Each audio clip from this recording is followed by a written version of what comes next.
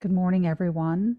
Welcome, OLLI members, and a special welcome to the Mason Alumni Association members who are joining us on YouTube. This class is The Tomb of the Unknown Soldier, Arlington National Cemetery, with our speaker, Gerry Mansell. Gerry was a sentinel and assistant relief commander at the Tomb of the Unknown Soldier from April 1982 to September 1983. Gerry was awarded the Guard Tomb of the Unknown Soldier Identification Badge number 259. Gerry retired from the U.S. Army in July of 1995 at the rank of Sergeant First Class. Okay, Gerry, go ahead, please. Ready. Okay. Well, thank you so much, Meg. And I want to thank all of you for participating and thank George Mason University, OLLI, for giving me this opportunity. And so I was telling Meg that I do have an affinity for George Mason, although I'm a Penn State alum. But just living in DC for so long, a lot of friends went to school there. I have friends that live nearby. So I'm truly honored to do this for y'all. So we'll talk about the outline today. First off, again, I want to thank you and Meg for allowing me to continue the mission of remembering the unknowns. And the best part is I didn't have to shine my shoes and I didn't have to press my uniform. So it's a win-win for me. So this is a great opportunity. Now, I always ask in my live classes who's visited the tomb, but because I don't have any feedback, we'll just make this a little more of a rhetorical question. But given that you are so close, I would imagine that the significant number of you have. If for those of you that have, hopefully this will give you some more insight and a reverence to what actually occurs at the Tomb of the Unknown Soldier. But more especially for those of you who have never been there, I hope this will inspire you to take the 20-minute drive down to I-66 and visit the unknowns and watch the changing of the guard. Also, because I know a lot of former Sentinels stayed in the area, if there's any former Sentinels or even former members of the old guard, if you would maybe type in for Meg or somewhere, just raise your hand or something, I'd be curious to know that. So we're going to do like an overview of the tomb. I'll just give you sort of the layout, what is where and everything. Then we'll talk in detail about the unknowns, specifically World War I, World War II, Korea and Vietnam. We'll talk about the selection process and the honors they've received. I'll explain to you the symbolism behind the sarcophagus, the big white marble piece over the First World War unknown, and information about the graves for the other unknowns. And then we'll talk about the Sentinels, why we guard the unknowns, the history of the Sentinels, and we have a big flashing history story that transpired last week, and we'll go into detail, as much detail as I have. We'll talk about the Sentinels' routine, both on post and behind the quarters, the requirements to be a Sentinel, the training they go through, and a little bit of behind the scenes and what goes on. But one of the things I really like to do in this presentation is connect a lot of dots. There's a lot of things that follow together and historically kind of tie everything together. So we'll do a lot of dot connecting today for you. So the lay of the land, first off, this is a view with your back to DC. So we're facing towards it. And what a lot of people don't realize is this is the front of the tomb. The sentinel walks at the back of the tomb. So a lot of people don't realize that really the crowds are congregated at the back of the tomb. You can see the sentinel here on the mat, and we'll go into a little more detail there. Main thing I want to talk about here is this building. It's called the trophy room. The first floor has all kinds of awards, memorabilia, gifts, things that have been presented to all of the unknowns. It includes the flags that covered their caskets and the Medal of Honor that each one received. It's definitely worth a visit and plan on spending some time. There's a lot of really interesting stuff. Something that the public doesn't get to see is on the second floor is an area called the Hall of Heroes. And in fact, for some reason, it's closed to the public. And in fact, when I was there last time, they wouldn't even let me in. The Hall of Heroes is a memorial to all Americans who've been awarded the Medal of Honor. Inside, there are 3 replicas of the Medal of Honor, one from each branch of the service has its own version. The Navy, the Air Force, and the Army And I would imagine the Space Force is going to add one shortly. But they're replicas. The Medal of Honor is struck specifically for the recipient with his name and the date of the action he received the award for.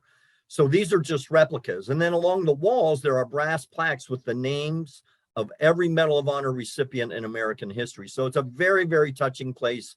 I wish I knew why it wasn't open to the public, but it's not. Maybe someday it will. The last thing I want to talk about, probably the most interesting thing, is down here underneath the steps and under the landing. There's another landing over here. That's the tomb guard quarters. That's where the sentinels stay while they're actually on duty. Now, when they're off duty, when they're not actually guarding the tomb, they reside either in they're billeted at Fort Myer, or if they're married, they can live off post. The Army gives them money for rent and stuff. But while they're on duty for their 24-hour shift, they reside in quarters down here. There's a bunk room, there's a day room with a TV. More importantly, there's steam presses to press their uniform. There's an area we call the ready area where the sentinels prep their uniforms. There's a huge mirror to help them get dressed. And also for the new sentinels to practice their manual of arms. There's a kitchen. Their meals are brought to them from Fort Myer dining facility. It's rather extensive. The sergeant of the guard has his office in there. So we'll do an overhead view. Again, this is the sarcophagus that covers the First World War unknown. This is the front. This is the back. These are the unknown graves from Korea, Vietnam, and World War II. We'll talk about them in detail. The box over here, we just refer to it as the box. Now, that is not to go hide from the rain or when it's too hot or anything like that. That is when there is something going on post, if there's a ceremony, if there are other people on post, the sentinel will post himself in the box. The primary time that happens is about 0600 hours in the morning when the cemetery workers come out to clean off the plaza. So the sentinel will post himself in the box for that. If there's lightning, yeah, you can go in there. You don't want to be out there walking that mat with that M14 lightning rod on your shoulder. And you can see it actually wears a path into the marble. The mat right here is what the sentinel walks on, and that's because this is all marble. And the sentinels have steel plates on their shoes, and if they were to try to walk on the marble, they would probably fall down rather frequently. So the mat is there to keep them from falling down. And you can actually see where the sentinel stops on each end because it starts to wear. On Memorial Day, every year on Memorial Day at 0600 hours, the mat is replaced. The last thing I'll point out is this little metal thing right here. That it's actually a wreath stand for when there's wreath ceremonies. We'll talk in detail about wreath ceremonies, but basically there's about 2,000 wreath laying ceremonies in every year and like I said, we'll talk about that in more detail. So let's get, why is there an unknown soldier? Well, during the First World War, I'm trying to get myself to say First World War as opposed to World War I. Chaplain David Ralton noticed the inordinate number of unidentifiable remains in graves with unknown. And a lot of this was caused because of the advances in technology and warfare. The First World War saw the development of the machine gun by the Germans, which led to the Allied forces digging in trenches. So now, which was the advent of trench warfare. Well, so to counter that, before an attack, an element would put artillery rounds into the trenches of the enemy. To counteract that, they invented the tank. All of these weapons caused just unspeakable horrors and damage to bodies. And the idea of dog tags and identification really hadn't found its way into the procedures. And so there were just an immense number of unknowns. And Chaplain Ralton went to a friend of his who was a member of the House of Parliament and said, look, we cannot allow these soldiers to go unrecognized. They gave their life and their identity for God and country. And so he came up with the idea of selecting one unknown to represent all the unknowns. The French also did the same thing. Now, I want you to notice here that the Brits call it the Tomb of the Unknown Warrior, and I really like that term as opposed to unknown soldier. For those of you that are vets, airmen don't like to be called soldier. Sailors don't like to be. Marines really don't like to be called soldier. So I think unknown warrior is a more inclusive. I like the concept better. So that on November 11th of 1920, we just celebrated the centennial. Simultaneous interments occurred at Westminster Abbey and at the Champs-Élysées under the Arc de Triomphe. And for those of you that have ever watched ceremonies on TV at Westminster Abbey, you've seen like the weddings where they literally have to walk around the grave. That's because it's right in the middle of the aisle. The inscription I wanted to try and include, but it's so long I couldn't really fit it on a slide, so I couldn't do that. The Arc de Triomphe, where the French unknown soldier is interred, I want you to notice something. This is an eternal flame, which is their way of marking him. And for those of you who aren't aware, Jackie Kennedy, whose maiden name was Bouvier, was very French and very proud of her French heritage. This is where she got the idea for the eternal flame on President Kennedy's grave. So that's a connecting a dot. The other thing I want to connect the dot with is this term warrior. We'll talk in more detail about that. But we just celebrated the 100th anniversary of that. We are coming up on our unknown soldiers' 100th anniversary of the interment this November 11th. The festivity, or not festivities, the commemorations and ceremonies are very, very numerous. Too numerous for me to go into now, but I would highly recommend and request that you look into that, maybe take a minute to go pay their honors.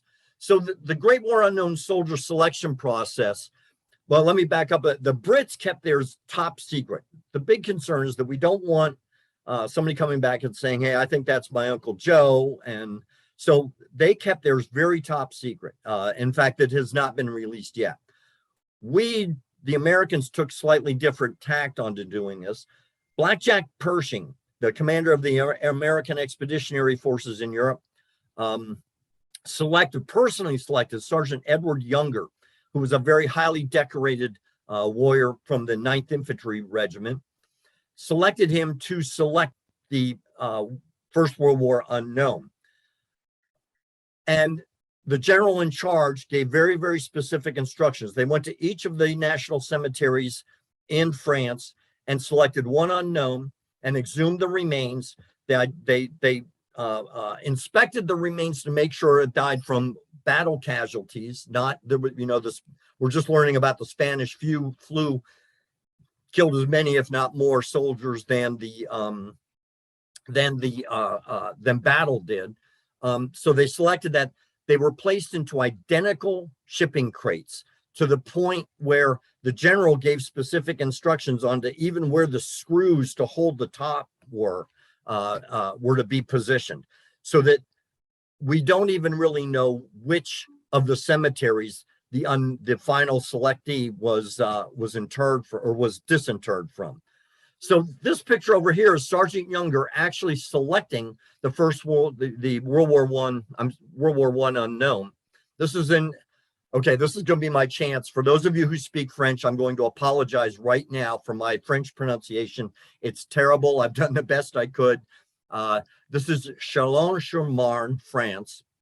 There were 4 sets of remains selected, and Sergeant Younger in his memoirs wrote that he was more anxious and nervous about doing this selection than he was about any battle that he entered into. He called it going up and over. In other words, coming out of the trench and over the bunker to attack the Germans. He was more anxious about doing this than he was about any battle he had been in. So it's a great story. The story also, he was given a spray of white roses and instructed to lay the roses on the set of remains that he wanted to select. And he walked around the set of caskets 3 times. And he said he got a sense from one of the sets of remains that he felt a connection. He felt like maybe he knew this person, that maybe they fought together, maybe they had a beer together, whatever. And so he selected that one. The 3 unselected were reinterred in the cemeteries of France, and the selectee was placed aboard the USS Olympia and transported to Washington, D.C. And in fact, we're coming up on the centennial of that. October 24th is when that happened. So we're coming up very close to when that happened. Once the remains reached Washington, D.C., he was transported to the U.S. Capitol, where the remains lie in state, similar to he received a state funeral, which is equivalent to what a president would receive. He lied in state for 3 days, and in the same book I read, Sergeant Younger's memoirs, they talk about the emotion behind this lying in state. And you can see there are lots of crowds back going around. And apparently this was a very, very emotional thing that many women, mothers, wives of MIAs were quite overcome, thinking that this might be their loved one lying in state here, that not knowing what happened to them. So it was very, very, very, very emotional. And in fact, some people had to be helped out because they were just too overcome. So the other thing, and we're going to connect some dots on this, the remains lie on the presidential catafalque. That's the same catafalque that President Lincoln, President Garfield, and President McKinley's remains were on. And we'll talk a little bit more about that. After lying in state, the remains were transported via caisson to Arlington National Cemetery. And now the caisson now is a traditional means of transporting the fallen. Back then, that was how they really did it. It wasn't a tradition. That's how they did it. He received a state funeral.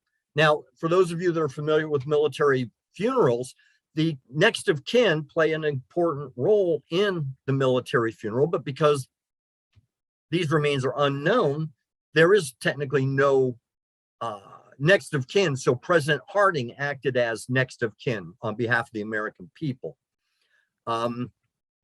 Couple very interesting things, and I always get chills when I reminisce about some of the things that they did. The spray of white roses was left on top of the casket when it was buried. And I think the thing that really touches me is that they went to all of the major battlefields in France and collected soil and from the battlefield and transported it to the grave. And there is a 2-inch layer of soil from all the battlefields in France that the unknown's casket is resting on. That always kind of gives me a chill. President Harding also awarded the Medal of Honor to the unknown, and that will come around too. We'll talk more about that. So let's talk about the World War II unknown and the selection process. It was a little more involved because we had the European theater and the Pacific theater. Major General Edward O'Neill was in charge of the selection process for Europe. There were 13 caskets, one from each of the major cemeteries, and he selected one of those to be transported off the coast of Virginia. In the Pacific, similarly, there were 6 caskets, one from each of the major cemeteries, and Colonel Glenn Eagleston selected one of those 6. Now, interestingly, I cannot find out why specifically Colonel Glenn Eagleston was selected to do this. In his obituary, it doesn't even mention he selected the Pacific Theater unknown. He was a I believe he was one of the top aces of World War II. And I think also it might be inclusionary. You know, we've got an Army general, now we have an Air Force colonel, and the final selection between these two was made by a sailor. So both sets of remains were transported off the coast of Virginia to the USS Canberra. They were placed into identical caskets, and those caskets were placed inside a room on the ship, and 3 different individuals were designated to go into that room, and they were instructed that they should either switch the placement of the caskets or they could leave them alone, and they were sworn to absolute secrecy. This way, ultimately, we don't even know whether it was the Pacific or the European unknown selectee that was finally selected.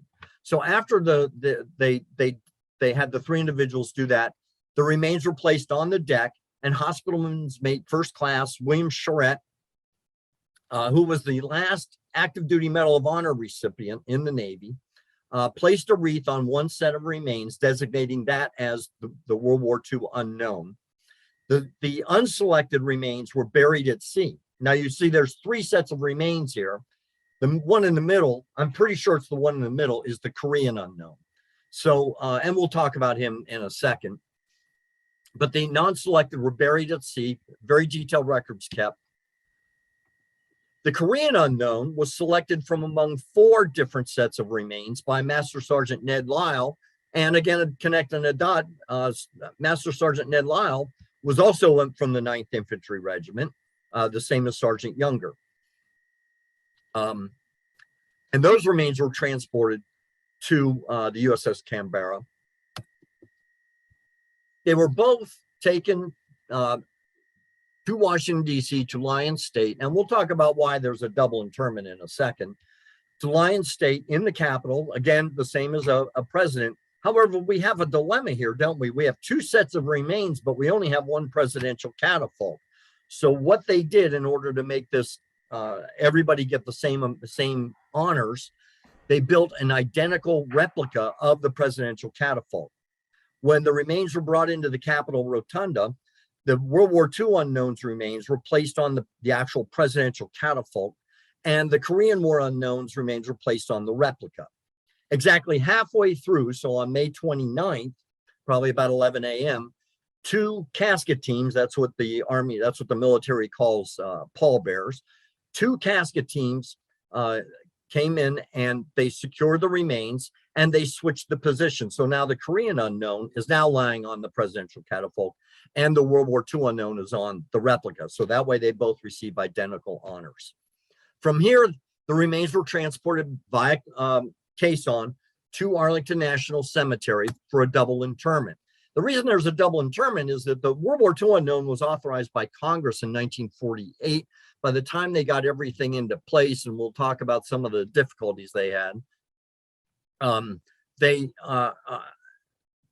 Korea was invaded by the North Koreans, and so everything came to a screeching halt. So by the time all of that got caught up and taken care of, and they felt it was an appropriate time, they thought, well, let's just honor a Korean unknown at the same time. So that's why we had a double interment. The Vietnam unknown, and I recall a lot of this firsthand. There was a lot of talk while I was a sentinel about when is the Vietnam unknown going to be interred. There was a lot of political pressure on the Reagan administration. The Vietnam Memorial down on the Mall had just been dedicated, and there was a lot of pressure to designate an unknown from the Vietnam conflict.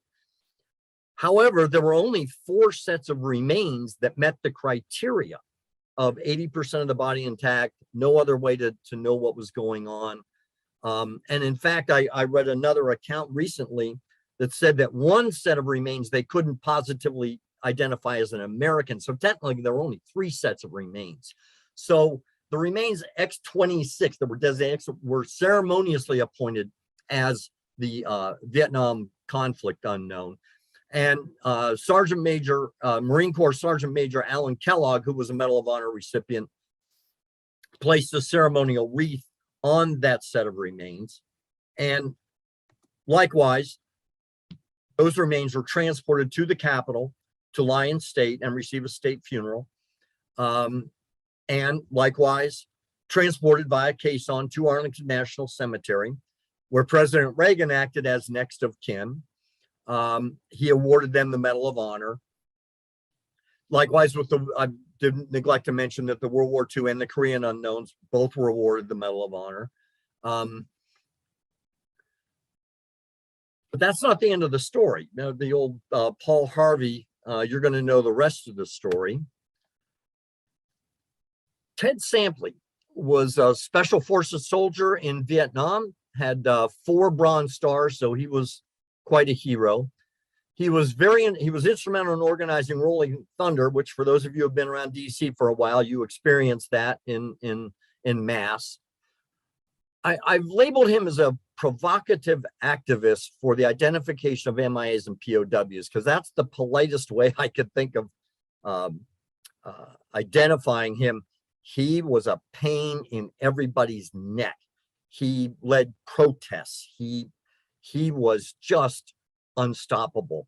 And he demanded that the government identify and find all the MIAs and POWs, and was not bashful at all about intruding on government officials. And he did a lot of research and connected some dots and figured out he knew who the Vietnam unknown was. And he made that individual's identity public in 1994.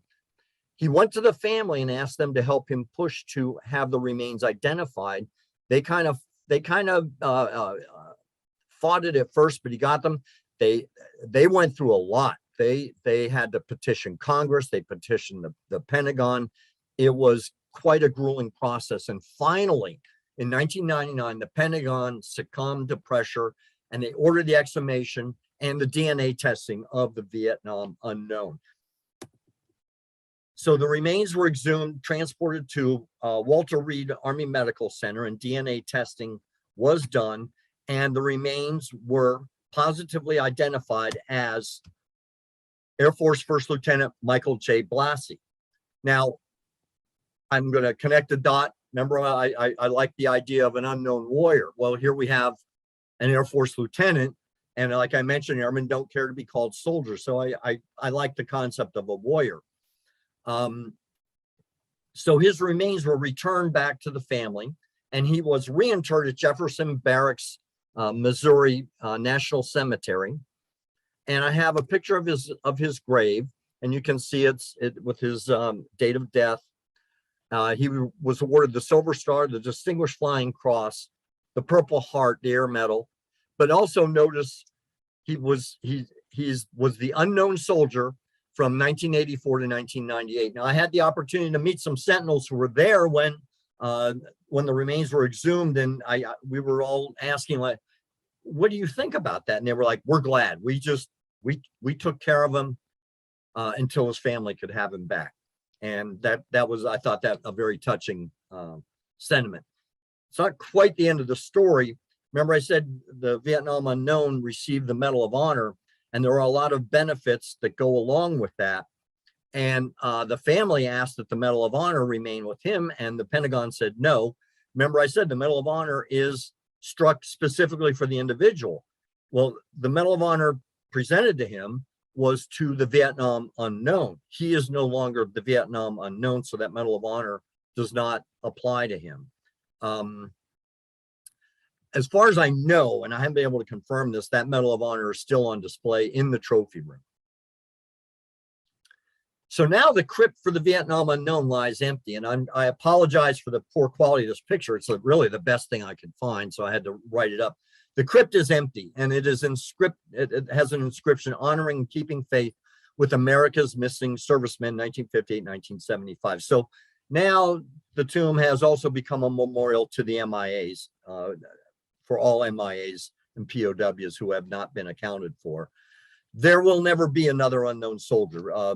People going in the military now do give DNA samples, so we will never have to go through this process again, fortunately. So we'll talk about the sarcophagus for a minute. It's the largest piece of solid sculptured marble in the world.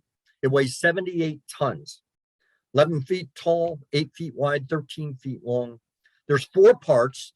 You have the sub base right here, the base here, the die is the part where all the sculpturing is, and the capstone. It was in place very unceremoniously in 1931. I have a lot of really cool, the engineering involved with putting this in place was quite impressive for 1931, but there was no big ceremony or a big dedication or anything like that. Lorimer Rich was the architect, and Thomas Hutchin Jones was the sculptor. And as I had previously mentioned, this is the front of the tomb. We'll talk about the symbolism here a little bit. This is the front of the tomb, and these are the figures of peace, victory, and valor. And the symbolism, and you can see they're all holding hands. Peace is achieved through victory. Victory is achieved through valor. On the side are 3 inverted wreaths. The inverted wreath is a symbol of mourning. So that means there are 6 total inverted wreaths on 3 on each side. And they designate each of the major battles that the American Expeditionary Forces participated in. The Ardennes, Belleau Wood, Chateau Thierry, Meuse-Argonne.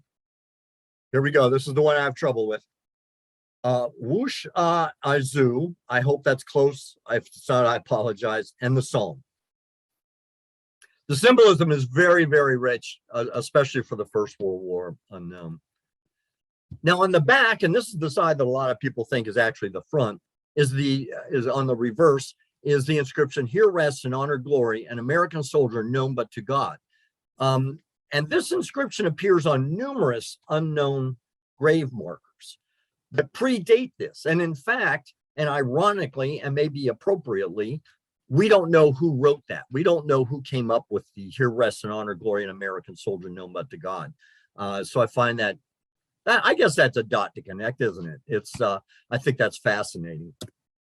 So the crypts without a sarcophagus, remember I said that it took them a long time before they passed the legislation, got everything in place to bring the Korea and the World War II unknowns in. There was a lot of very heated, I guess, ugly debate about how to mark the graves. A lot of people wanted a sarcophagus for each of the unknowns. Some people wanted it simpler, and what happened, they were concerned seriously that the plaza would get too crowded with a sarcophagus for every war that we're in. So they decided to go with a ground level slab that just marked the dates of the war. So that's how this came about, and one of the reasons for a delay. So we'll talk about the sentinels.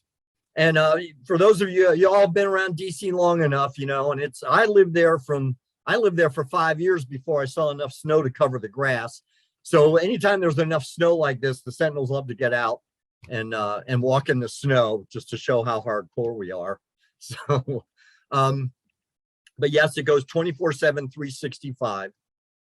So why do we guard the unknowns? Well, unfortunately, there's a tradition in many cultures, and it did exist in American culture back in the 20s, that on significant dates, birthdays, anniversaries, anniversary of a death, whatever, families would go to the cemetery and they would celebrate and commemorate at the gravesite.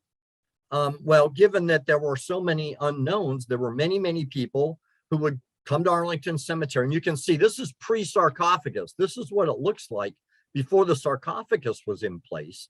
And they would literally have picnics on top of the unknown's grave. So this is before there was a guard in place. A lot of veterans, and there were photographers who you could pay them and get your picture taken, and just horrendous behavior around the unknown's grave. And there were many, the Gold Star Mothers, a lot of veterans groups became outraged and demanded that the Pentagon post a guard that would require people to, an armed military guard was what they wanted, in order so that people would act respectfully. And that's sad that you have to do that, isn't it? But that would demand people act appropriately and respectfully around the unknown's grave. Now, the reason I know this picture is circa 26 to 31, I don't know exactly when, is because number one, this is an armed military or an armed army guard. They were positioned in 1926, and it's pre-sarcophagus, so I know it's 1931. So somewhere in that range is when this picture was taken. So let's talk about the history of the Sentinels for a second. So like I mentioned, it was the Department of War at the time, actually posted civilian guards during daylight hours in 1925. In 1926, the Army, as the senior service, and the Army does administer Arlington National Cemetery. It is not part of the Veterans Department. It is run by the U.S. Army. So the Army took over guard duty. On July 2nd, 1937, the Army began guarding the Tomb of the Unknown Soldier 24/7, 365. That's 85 years. And now remember that date because it's going to come back. But I cannot find why that particular date. Why did they start guarding the tomb 24 hours? I do know the American Legion was very, very instrumental in making this happen, but I couldn't find the rationale behind changing it to just a daylight open cemetery time to a 24-hour. I understand the rationale, but I couldn't find anything specific or why specifically that day. So if anybody knows, if you would, let the Ollie folks know, I would love to hear that. In 1948, the 3rd United States Infantry, the Old Guard, the oldest active infantry unit in the Army, assumes guard duty. They, at that time, they took over responsibility for all ceremonies in the Washington, D.C. area. And I had alluded earlier to a very historic event, and that just happened last week. On September 29th, the first all-female guard change occurred, and that is very momentous. I'm going to talk about that in more detail, or as much detail as I have, because that's so recent. I'm seeing a lot of articles. They're all pretty much the same, and they're all relatively vague. So I will tell you what I know at this time, and share that with you. But that's a huge accomplishment. The mission of the Sentinels is they are responsible for maintaining the highest standards and traditions of the United States Army and this nation while keeping a constant vigil at this national shrine and to prevent any desecration or disrespect directed towards the tomb. The Sentinel's Creed. So when you volunteer to be a Sentinel, you go through, and I'll talk again more in detail later, but you go through a 2-week training period, and you're given information that you have to memorize, that you have to know for the cemetery, about the cemetery. And also you start up learning how to do the things a Sentinel needs to do. First thing you learn, though, is the Sentinel's Creed. This, and I put this at the beginning because this really encapsulates what the Sentinels do and why they do it and why they are so dedicated. To the point where when I was the assistant relief commander, before we would before my relief assumed responsibility for guarding the unknowns for the next 24 hours at the 0700 hours guard change, we would the entire relief, because it's the only time during the day that we could all be together at the same time, we would all stand at attention and we would recite the Sentinel's Creed. So I would like to recite it for you now. The Sentinel's Creed. My dedication to this sacred duty is total and wholehearted. In the responsibility bestowed on me, never will I falter. And with dignity and perseverance, my standard will remain perfection. Through the years of diligence and praise and the discomfort of the elements, I will walk my tour in humble reverence to the best of my ability. It is he who commands the respect I protect, his bravery that made us so proud. Surrounded by well-meaning crowds by day, alone in the thoughtful peace of night, this soldier will, in honored glory, rest under my eternal vigilance. That's as we say in the Army. So we're going to talk about line 6. My standard will remain perfection. And this is going to come back a little later when I talk about some of the other things that go on at the tomb. My standard will remain perfection. When a Sentinel doesn't meet the standard, there's something wrong with his uniform. His manual wasn't quite right. You don't have to yell at them. You just say, Sentinel, line 6, tomb guard. In other words, you have not met the standard. Now, of course, perfection is an unachievable standard, but they are always working for it. They're always trying to do better. And I think this kind of lends itself to, people ask me if, what is one of the common traits of a Sentinel? And I do tell them, I think it's that they are obsessive compulsive. I would spend an hour shining one shoe. Well, you don't spend an hour shining a shoe unless you're a little obsessed. So I think that's one thing that they do portray a little OCD, or I prefer CDO, so the letters are in alphabetical order, because that's how I like things. Okay.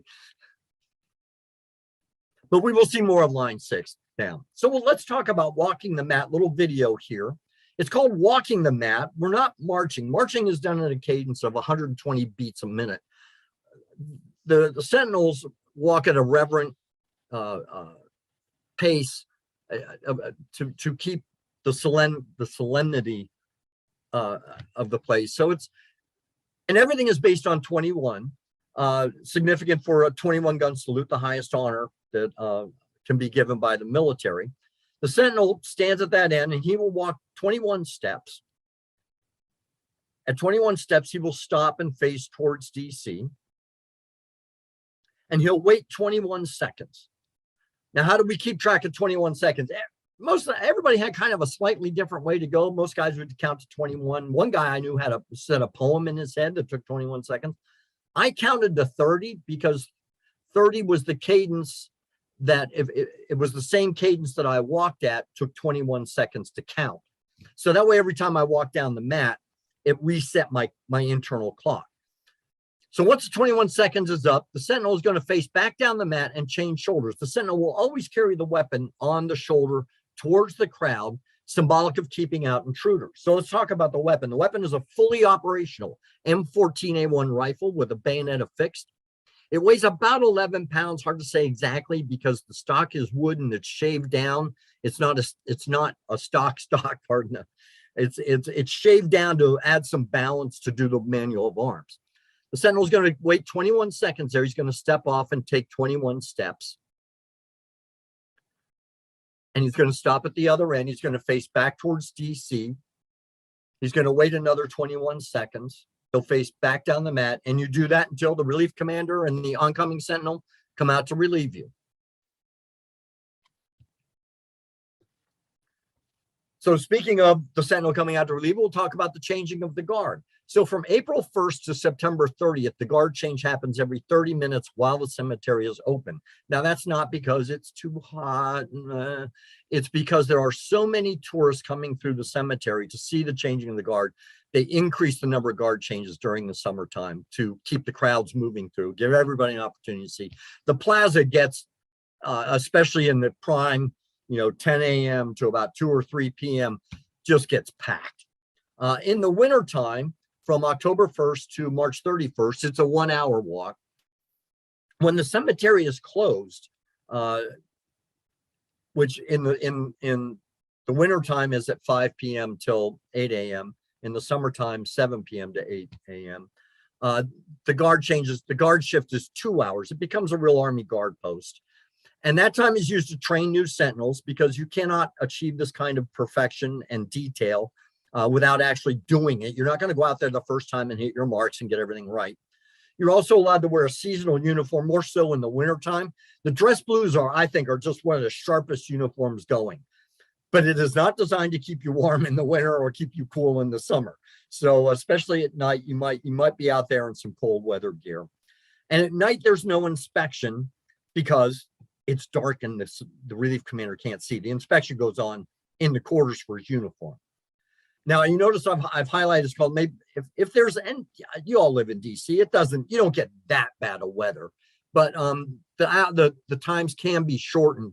Yeah, you cannot afford to have a sentinel get frostbite or any kind of cold weather injury or anything. So, and it has happened, okay, not very often, but it has happened occasionally where they change the guard a little more often to keep them from suffering any kind of cold weather. Heat, no, suck it up. They don't do it in the summertime. So let's talk about the change of the guard. I had mentioned that the weapons inspection, if it's raining, they're not going to do a weapons inspection because the weapon won't pass. It's wet. And at night, it's dark. You can't see. The uniform inspection is done at night. It's done in the quarters. The relief commander will check.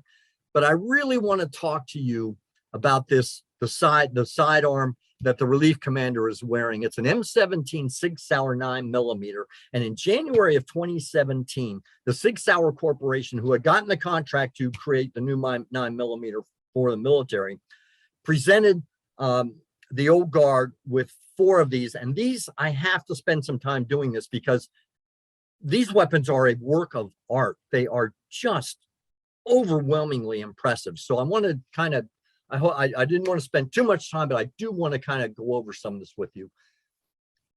The 4 pistols, there's one for each relief commander. There's 3 reliefs and one for the sergeant of the guard. The pistols' names are Silence, Respect, Dignity, and Perseverance. Now, those words are directly out of the Sentinel's Creed, if you recall. The cocking serrations. Now, normally it's just vertical lines going up and down like this so that you can cock the weapon. But on this one, it's an XXI, which is Roman numerals for 21 gun salute. The wood grips are from the USS Olympia. And if you don't recall, and I don't actually remember if I told you this, the USS Olympia is the ship that transported the First World War's unknowns remains from France to Washington, D.C. And they took wood from that ship and made the grips for the handle. The sight plate, it's kind of hard to see right here, is an engraving of the front relief of the tomb with peace, valor, and victory. On the front sight is a glass vial with marble dust from the sarcophagus. The magazine, now normally a 9mm magazine carries 14 rounds. This one is specifically designed to carry 21 for 21. That's why it sticks out below the pistol grip. The serial numbers, very, very, very, very touching here. LS 02 July 37 Alpha 21. So that's the pistol name Silence. So let's talk about the symbolism here. LS, line 6 of the Sentinel's Creed, my standard will remain perfection. 02 July 37, that's the first time that guards were posted for 24 hours. The Alpha Bravo Charlie Delta is just to designate the 4 separate weapons, and 21 for a 21 gun salute. So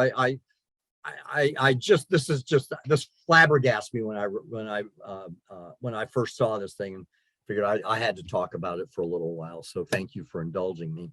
So let's talk a little more about the changing of the guard. I wish I could just show you a video, but it takes 7 minutes and we just don't have time. So I'm going to hit the highlights here. At the beginning of the guard change, the sentinels come to the middle. The relief commander gives the command, present arms, turns around, salutes the unknowns. We salute the unknowns because, as I mentioned, they have all been awarded the Medal of Honor. And the protocol for a Medal of Honor recipient is that the Medal of Honor recipient salutes the president, the flag, and the national anthem, and that's it. Everybody else salutes them. So this is just the Sentinels rendering honors to the unknowns for receiving the Medal of Honor. And you do it at the beginning of your shift and at the end of your shift, and that's the Army protocol. If you're in close proximity with somebody who should be saluted regularly, then you do it at the beginning of the work period and at the end of the work period, and that's how that's covered. The other thing I want to talk about, because I never really understood what was going on before I became a tomb guard. In this, the relief commander, after they present arms to the unknowns, has the sentinels face center, and he gives them the instruction to pass on your orders. And the off-going, this is the sentinel who's coming off, this is the sentinel who's coming on. This sentinel will say, post and orders remain as directed. Now, what that means is, in your orders, you are given a definition of your post. It's basically everything inside the railing. So he says, your post has not changed. You are responsible to guard this area. And orders, in other words, your special orders and your general orders, there are no changes, and you will do everything that they say. So post and orders remain as directed. The sentinel coming off says, orders acknowledged. In other words, I got this. And he now is responsible for guarding the unknowns, even though the relief commander and the other sentinel, if something happens, they will certainly lend their 2 cents. But he is now responsible. So that's what the pass on your orders is all about. So here's the thing, and I have to admit that I frantically, for the last 2 days, I've frantically been doing Google searches for articles, because the articles I could find were really vague. All female guard change after 84 years, and one article actually quotes that 30,770 days for the first all-female guard change. Now, the first female sentinel was in 1994. Sergeant Porterfield, Sergeant First Class Chelsea Porterfield, is the sergeant of the guard. She's the 38th sergeant of the guard and the first female sergeant of the guard. So this was her last day. She was being reassigned. So they actually sort of contrived this. They made this happen. It was done September 29th. And it said before the cemetery opened, so this could be the 07 or 7 o'clock guard change. It could be the 8 o'clock guard change, probably the 7 o'clock. And a friend of mine asked me, well, why did they do it when the cemetery was closed? And this is my own kind of intuitive answer to that. That means I'm making this up.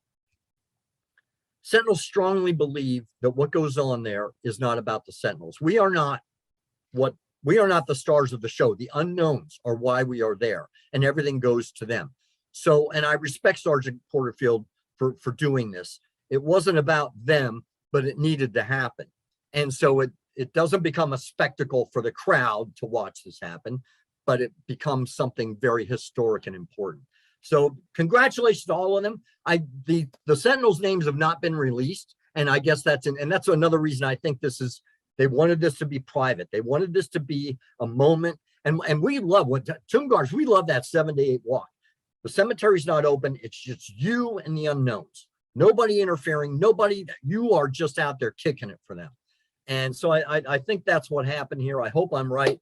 I'm rather confident, but you may read something different. But I have been getting inundated with articles, but they're all basically the same articles. So again, congratulations and to Sergeant Porterfield for a great tour and her accomplishment, and the Sentinels for making this happen. So while we talk about the Sentinels, we'll talk about the requirements to become a Sentinel. It's all volunteer. Obviously, you cannot make somebody do this.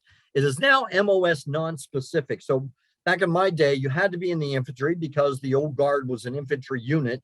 So to be a Sentinel, you had to be in an infantry unit. You had to be an infantryman. But in 1984, the Clinton administration it was probably, I forget the date. I'm sorry. Anyway, the Clinton administration undertook a survey to see what jobs traditionally were held by men in the military that women could participate in. And from what I understand, the very first job at the top of this list was Sentinel, Tomb of the Unknown Soldier.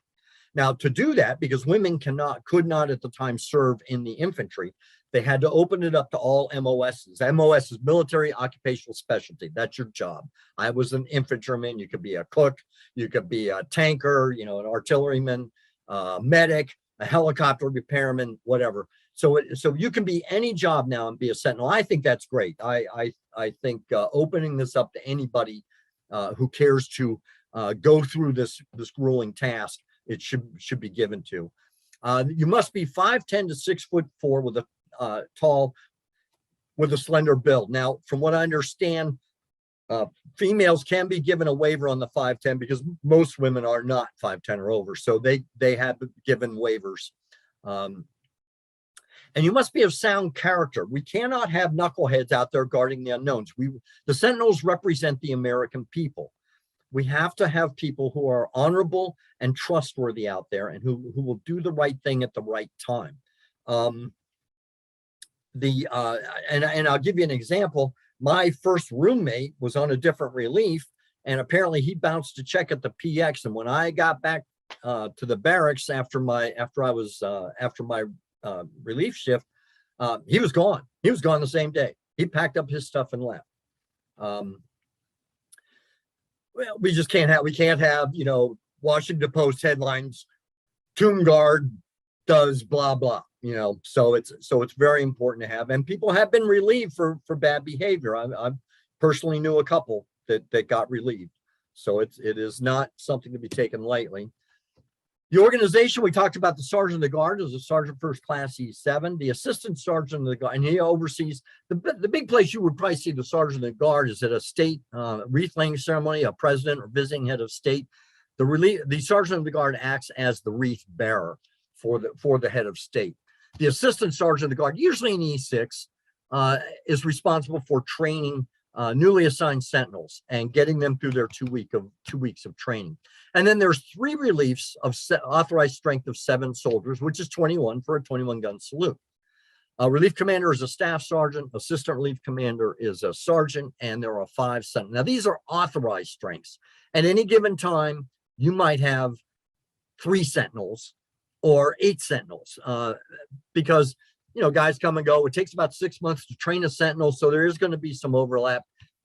Generally, from what I'm told recently, they're usually shorthanded. They're usually walking 3. So the training, and I had mentioned this, that initially when you volunteer, you're given 2 weeks temporary duty. You're taught the standards for your uniform. Your uniform will not be anywhere near the standard, but the standards and to get it ready. You're taught the weapons manual, and you are expected to practice that. Again, you will not meet the standard. The main thing you're demonstrating in your 2 weeks of temporary duty is that you have the desire and the ability to become a sentinel. Once you pass your tests from your 2 week temporary duty, you're assigned to a relief by height.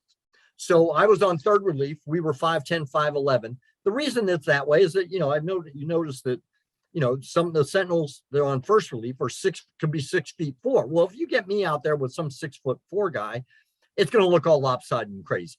Okay. So we put everybody so that it just creates uniformity. Okay. So you're assigned to relief by your height. Once you're assigned to relief, you spend time in the mirror practicing your weapons manual, and that's all you do. You just go back and forth from left shoulder to right shoulder. You throw a few present arms in there, and you do that. You also assist the sentinels who are going on post in getting dressed. I'll tell you more detail about that. You're learning the guard changes, both at night and also on your training time, and you're learning how to do wreath ceremonies. Now, once you've reached a level of proficiency, you are given 3 tests. The first one is your uniform. You are allowed 0 gigs on your uniform. If something is a 1/16 of an inch off, line 6, my standard remain perfection. A 1/16 of an inch is not perfect. You're given a practical test where the sergeant of the guard, the relief commander go out and they observe you walking the mat and grade you on that. And you're given a written exam that is basically, they give you 17 pages. It's 17 pages long, and the pages are all blank. You have to write down verbatim from memory all of the cemetery knowledge that you're required to have. Once you've passed all of these, it takes about 6 to 9 months to meet the standards. Only about 60% complete the training. But once you do complete the training and you pass all the tests, you are temporarily awarded Guard Tomb of the Unknown Soldier Identification Badge. The front relief of the badge shows an inverted wreath similar to what's on the tomb as a sign of mourning, a copy of the front relief of the tomb, the words Honor Guard. There have been 692 awarded since 1958. So that's about 11 or 12 a year. Right now it's the 3rd least awarded decoration in the military. Now the 2 that are ahead of it, one is the Army Astronaut Badge. And I didn't even know the Army had astronauts, alone gave them a badge. And then another award that was just created a couple years ago was for the caisson platoon of the Old Guard and an expert equestrian badge. It's only been around for a couple of years. So this is really, this award is one of the rarest going. I mentioned there have been 5 women awarded the Guard Tomb of the Unknown Soldier badge. 3 former sentinels have been killed in action, 2 in Vietnam. One of them is buried in Arlington Cemetery, and 1 in Afghanistan. He is buried in Arlington National Cemetery. We actually gave the unknowns badge number 175. Now, I don't like talking about this. This is the only award that can be revoked as opposed to rescinded. So if you get a Purple Heart and then they figure out down the road that you really didn't deserve a Purple Heart, they take it from you, but you didn't earn it in the first place. This badge can be revoked. You have met all the requirements. You have done everything you need to do, and yet we're going to take it from you if you act a fool. Okay. Now it's not, if you get a parking ticket, no. But one of the more embarrassing examples, and one of the more recent ones, was a former sentinel was caught embezzling about $250,000 from the company he worked from, and his badge was rightfully revoked. So the standards do remain, but it's not quite as high. If I bounce a check, they're not going to come get my badge. But if I go embezzle $250,000, yeah, I would probably just send it in to them. So, a day in the life of a sentinel. Uniform prep, I talked a little bit about that. When you're a new sentinel, I spent about 8 hours prepping my uniform, about an hour and a half shining each shoe. So that's 2-3 hours. About an hour pressing my uniform on the steam press. There's steam presses up at Fort Myer, also in the quarters. And then about an hour, maybe longer, shining the brass, all of the buttons, metals, collar brass, this stuff, everything comes off, gets shined, and then it has to be put back on. Once I had been there for a while, a little bit, my uniform had gotten up to standard, then it's more of a maintenance level, about 4 hours. And that's done on your time. That's not, you don't report for work and then start working on your uniform. You show up to work, your uniform is ready. So that's your own time that gets eaten up there. Relief shifts. Now this kind of changes over time. From what I understand now, they've reverted back to what happened traditionally. So I mentioned there's 3 reliefs, first, second, third. You work 24 hours on, a 24-hour recovery period, a 24-hour training day, and then you're back to work. So first relief would be guarding the unknowns. Second relief would be on a training day where you're training the new sentinels. Third relief would be off, recovery, get some sleep because it's a long day. Walks per day, that really vacillates. It's a function of how many sentinels you have walking. If you only have 3, that you walk a whole lot more than if you have 5 or 6. It's also a function of the time of year. Remember, I mentioned there's a guard change every 30 minutes during the day. So if you only got 3 sentinels walking and you're doing a guard change every 30, you're doing 7, 8, 9 walks in a day. In the wintertime, if you got 4 or 5, there's only 8 walks available. If you got 4 or 5 sentinels, you might only get 1 walk. So it really depends. The time goes very, very quickly though. The 30 minutes is gone like that. Like I said, the guard change is 7 minutes. So you're only walking for 23. And it takes about 4.5 minutes or so to do the whole thing. So you're only it goes by very, very quick. Tour of duty. To volunteer to be a sentinel, you must have what's called 2 years retainability. You must have 2 years available on your enlistment. If say you only had 18 months, you go to the re-enlistment people and they extend you out for 6 months. So the average tour duty at the tomb is about 2 years. It's hard to go longer. I was there about 18 months because I came on orders to go to a school. So behind the scenes, I mentioned the uniform, or the sentinels press their own uniform. There are actually steam presses in the quarters, down in the dungeon part of the quarters. And shoes are, well, spit shine. Spit shine is a misnomer. You use 100%. Here's the tricks. Write this down, folks. This will save you a lot of time. I still do this I don't spend as much time, but I get my shoes shine like that.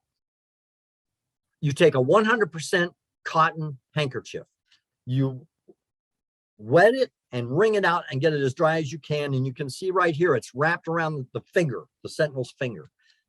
You get your jet black polish and you squirt some lighter fluid in it, just maybe just a half a teaspoon or so. And then you work that lighter fluid, and that melts the polish and makes it almost a liquid. And then you shine that on and buff it out. That's the trick. Okay. So not technically a spit shine, but you do use water. And you can see here, these are the cleats that I mentioned earlier about sliding down. It's hard to see. There's a cleat right here called a cheater. That's when the sentinel bangs his ankles together. That's where you get the noise from. Now, a sentinel cannot dress himself. The belt, what happens is the excess material, another sentinel will come in behind you, and the jacket, we call it a blouse, but also helping the sentinel get dressed is a verb. It's to get blouse. Give me a good blouse, please. And he takes the belt. This sentinel will take all the excess material and make it lay nice and flat and neat. The sentinel will buckle that belt, and that belt is so tight it will hold those pleats in place, and he'll tuck all the excess material in for a nice custom fit. But the uniforms are not, other than the length of the sleeves, they really aren't custom fit and proper size, but they are not tailored or anything like that. And then the ready rack is where you store, I do like talk about the sunglasses. This is an old picture. They're wearing Ray-Bans now. The reason the sentinels wear sunglasses is that marble in the summertime, or even in the wintertime, if it's sunny out, you can go snow blind. And the Army in the last 10, 15 years has gone to where you can wear sunglasses. But we used to get a lot of negative flack for wearing sunglasses in uniform. And we had to explain to people that we have an authorization, we have an exception because of the potential for snow blindness. And we'll talk a little bit about COVID. I know this is kind of on the downside, but just they were very, very aware of COVID. You have to preserve the force.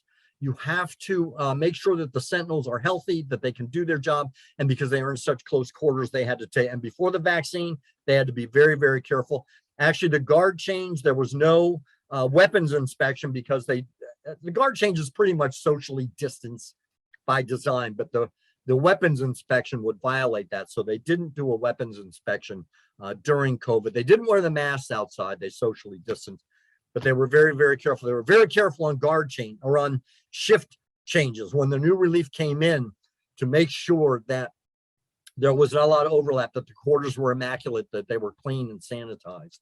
So from what I understand, they were very successful. So let's talk about wreath laying ceremonies for a minute. I mentioned earlier about 2,000 wreaths per year. And everything from schools, here you see a couple of young school children acting as the presenters. And in May, when you get all the high schools and junior highs coming to Washington, D.C., it was nothing to have 10, 15 wreath laying ceremonies in a day. There were days in May that you would go out to walk on post to walk the mat, and you would just go in the box because the sentinel stands in the box during the wreath ceremony. You just spent the whole time in the box. You didn't get to walk because there were constant wreath ceremonies going on. And it goes all the way up to heads of state. Here's President Reagan laying a wreath. So you get the whole gambit of people. And if you belong to an organization like to do that, you could contact Arlington Cemetery, or you could contact your representative in DC and request to have your group lay a wreath. And that all stopped with COVID. I'm sure there's quite the backlog now, but I'm sure they would be honored to get you in to lay a wreath. But the wreath ceremony I want to talk about, and that is another, gives me chills, touching moment. Christmas Day. Christmas Day is for family. Christmas Day is for gift giving. The unknowns have no family. The sentinels were their family. And so the sentinels do a wreath ceremony on Christmas Day. Not sure if it's 10 or 11 o'clock in the morning, but the cemetery is open.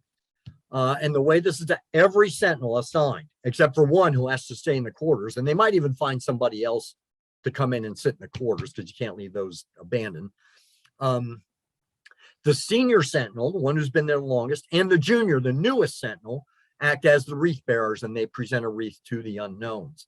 And it's very touching. Every sentinel must be there. It's a mandatory formation. You're required to be there unless you're on leave. But I just think that's very touching.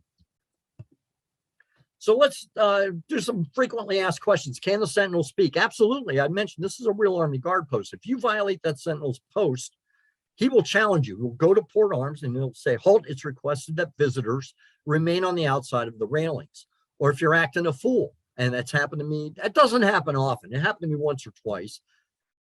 Port arms say, halt, it's requested that visitors maintain a mature and reverent attitude while in the vicinity of the tomb. If you want to see it, if you go to YouTube and Google Tomb Guard yells at tourists, you're going to get probably 500 or 600 hits somewhere in there. Has anyone tried to deface the tomb? Not that I'm aware of. There have been a couple of incidents where the sentinel was put at risk, but not the tomb. Is the weapon loaded? All security measures at the Tomb of the Unknown Soldier are classified, and therefore I am not allowed to discuss the details. When is the tomb not guarded? Never. 365 for 84 years. There has been a sentinel out there remembering the sacrifice of the unknowns. So that completes the presentation. I hope there's people out there. There's no feedback on my end here. So if you have any questions, please chime in and I will be happy to do my best to answer any questions you have. Hi, John. I guess this is going to work for Sergeant. Thank you for a very impressive presentation. And I guess you've gotten plaudits time after time, but I think I have to confess that of all the presentations I've ever known about the tomb, I've probably retained maybe 10%. So you filled in about 90% of either what I knew or didn't know. If I may, I'd like to ask 3 questions. Sure. How was the Vietnam unknown identified before the official DNA analysis was conducted? How was he known to the individual that was, I'll call him the rabble rouser, but in a good sense? Also, Do you want me to answer your question and we can push on then? ask your second one? Because I can answer that rather quickly for you. Would you like to do it that way? However you want to do it, sir. Okay, well, let me answer that first. From what I understand, he went meticulously into records and found, looked up like every missing MIA and what they knew about them. So like Blassie was a pilot. I forget, I want to say it was an A6. He was a pilot. He would have had certain kinds of equipment issued to him.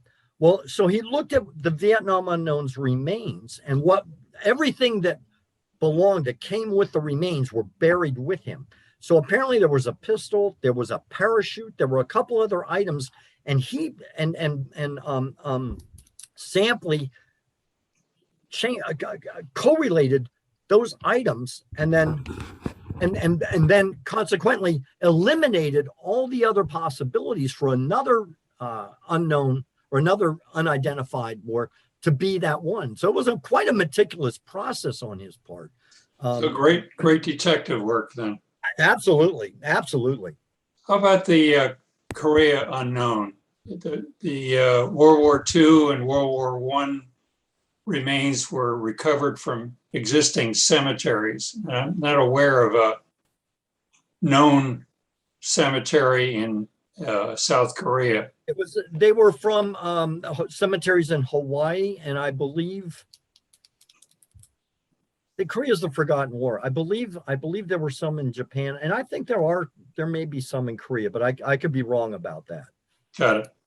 And badge number 175 on your slide was listed as an unknown. The unknown soldiers were awarded Guard Tomb of the Unknown Soldier Identification, badge number 175. Okay. I have badge 259. And thank you for your service, sir. It's an honor to do this for everybody, and I appreciate y'all spending your time with me. So thank you very much, John.